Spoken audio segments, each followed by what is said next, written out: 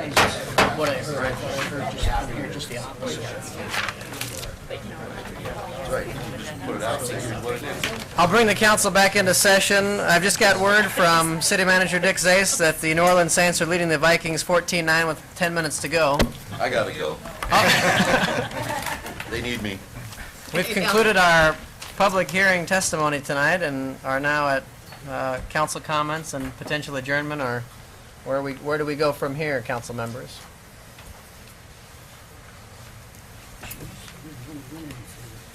Well, yeah, go ahead. Well, I'm listening to everybody tonight. Clarence once again makes some excellent points. You know, it's hard to talk about something when there's no details. We can talk about it, you know, kind of in a big idea sort of way, but the devil's always in the details, and understandably, people, if there's no details there, then people kind of make up their own devils. And some of them may be correct and some of them may be wrong. But, you know, I would like us to kind of delve in more of the details so there's something more to talk about. I think there's some validity to that, but I think that in reality, I think that there has really not been a groundswell of interest in this from the public. I think there is an inner circle or an inner bubble of political individuals, both on the council and in our community, who are interested in the politics, but the groundswell from the public is not here. We do not, I have not been contacted by anyone, and I have even asked individuals standing in grocery lines and other places. They don't care. They're satisfied with the status quo. They want us to take care of the crime. They want to have us take care of the budget. There's a lot of things they want us to take care of, but this is not high on the priority list. And I think by the comment of my dear friend, Mr. Bruce, about the people that were here from the past council really kind of proves my point. This is an inner circle issue for those that follow the politics of the city of Yakima and who have been involved in the city of Yakima politics. But I just feel that we have so many priorities that need to be taken care of, so many issues that are pressing, that to take this further is to humor the wishes of a select few. Thank you, Kathy. Maureen? I must say I was a bit surprised with the lack of support for a strong mayor. I thought we would have more people here to at least speak to it. I kept track, and of the people that spoke to it, 3 spoke with the idea that they thought a strong mayor would be their preference. The passion I heard from the people that liked the pro manager was way stronger. I am a little bit befuddled because from my point of view, I'd like to hear from the community. I would like to hear more from the community, but whether we want to spend a ton of money on an election when we didn't get anybody out to speak to it at this point, I think I need to have some time to talk with the folks that sit around this table and see where they're going to walk away with this tonight. I'm surprised. I thought that I actually, maybe a little Pollyannish, but I kind of thought maybe there'd be a lot more people here tonight to speak to this. So I thank you that came. But like Kathy, also, I did flat out ask people, and most people actually didn't know it was an issue. So there you go. Thanks, Maureen. Dave Edel, just going around the room. What do you got to look at the clock before you look at me for? What's that I about? wonder. What's 3 that minutes, about? Dave. We're going 3 to get that minutes. old 1, 2, 3. Is your history teacher still here? Yes, he Yeah, 3 is. minutes. There's. You taught my kids driving. Thank you, as my daughter's history teacher. There's a couple of ways that a council person can go. I mean, Richard Miller made an excellent point about we're elected to make these kinds of decisions. The people put their faith and trust in us, and they say you make those decisions. And if you make decisions we don't like, we'll vote you out. The other side of it is when an issue is big enough and of enough significance and impact to those people, and there is an opportunity and a vehicle to allow them to vote, then I'm inclined to want to let them have their say. However, in this particular case, in my day job, I get to talk to thousands of people, and those people are never shy about jumping in on something of importance and significance to them. We've heard nothing. I have heard nothing in the community. I've asked, and like Kathy, like Maureen, have heard nothing in return. Is it the lack of detail to discuss intelligently, as Clarence has pointed out, as Rick has pointed out?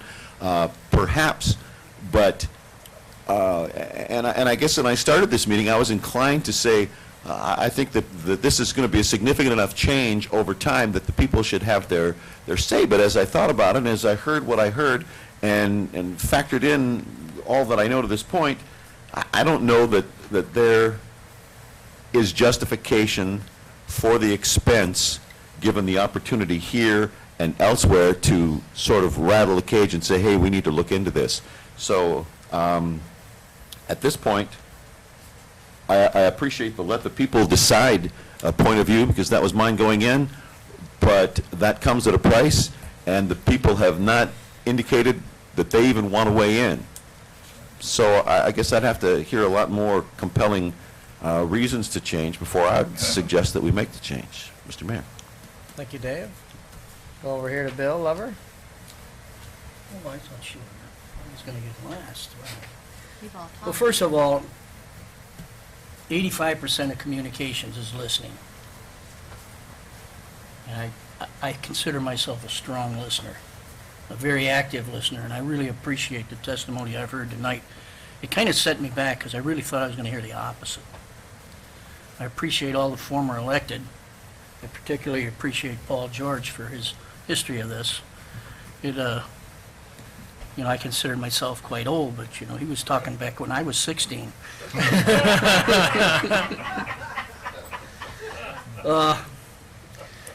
Clarence Barnett, I double listen when he talks. What I caught from him was, hey, we got to have a stronger statement to make to the people before we even move further. What that is I don't know. I like the idea about his citizens committee. And Paul Schaefer, he said something that really caught my ear, and that was that Dick Zase is an exception. And he's true, and I'm trying to figure out if that's some of my problem trying to decide on this issue. I'm going to say it like Sandy says it, pretty flat out here. The problem I have with trying to decide about city managers right now is that we've had 30 years of inner circle issues, if we want to call them that, or like I like to call them, good old networks. So that's kind of numbed my view on this, and listening tonight kind of cleared up a lot of that. And somebody, was it Bernie that talked about be clear? That resonated with me too. I come in here basically in favor of strong mayor, and I'm not so sure that I still may be in favor of strong mayor, although I was surprised on all the comments I heard against strong mayor. I like the idea of a strong mayor, and the voters are probably the best to decide whether we should. They live and work within the system. But then again, I get back to Maureen where she says, I'm not hearing a big groundswell, and you know I'm not. Maybe I'm not going to the right bars. He means establishments for the record. Well, they burnt mine down, so I don't go anywhere anymore.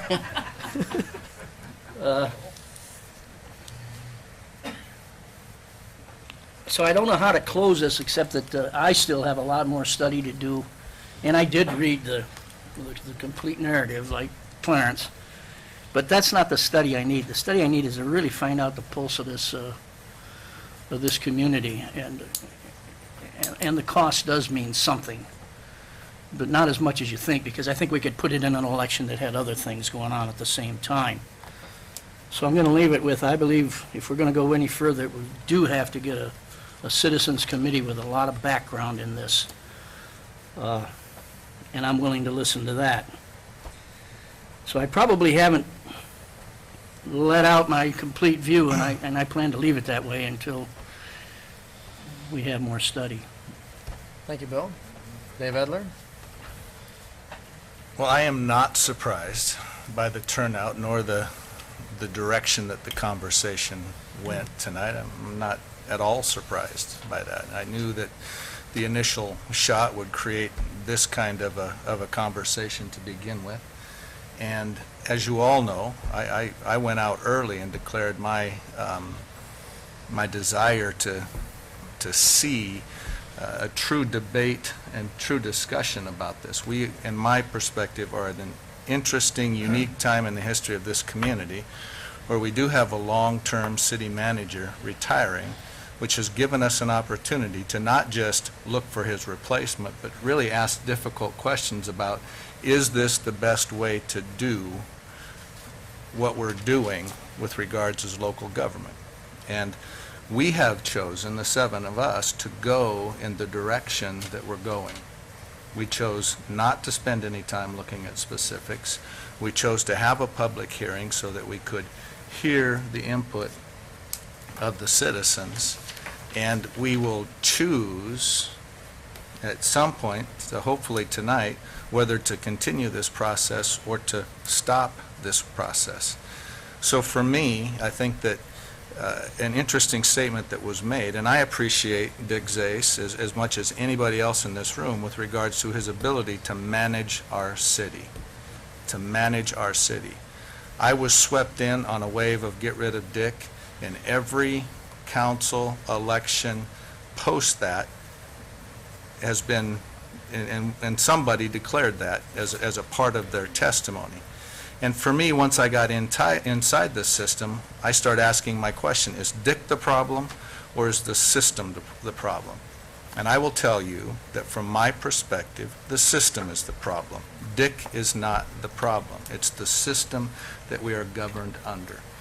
And I will declare that as loudly as I possibly can, and should we decide to stop debate tonight, then I'll just move on with the rest of my life and continue to serve in this form of government.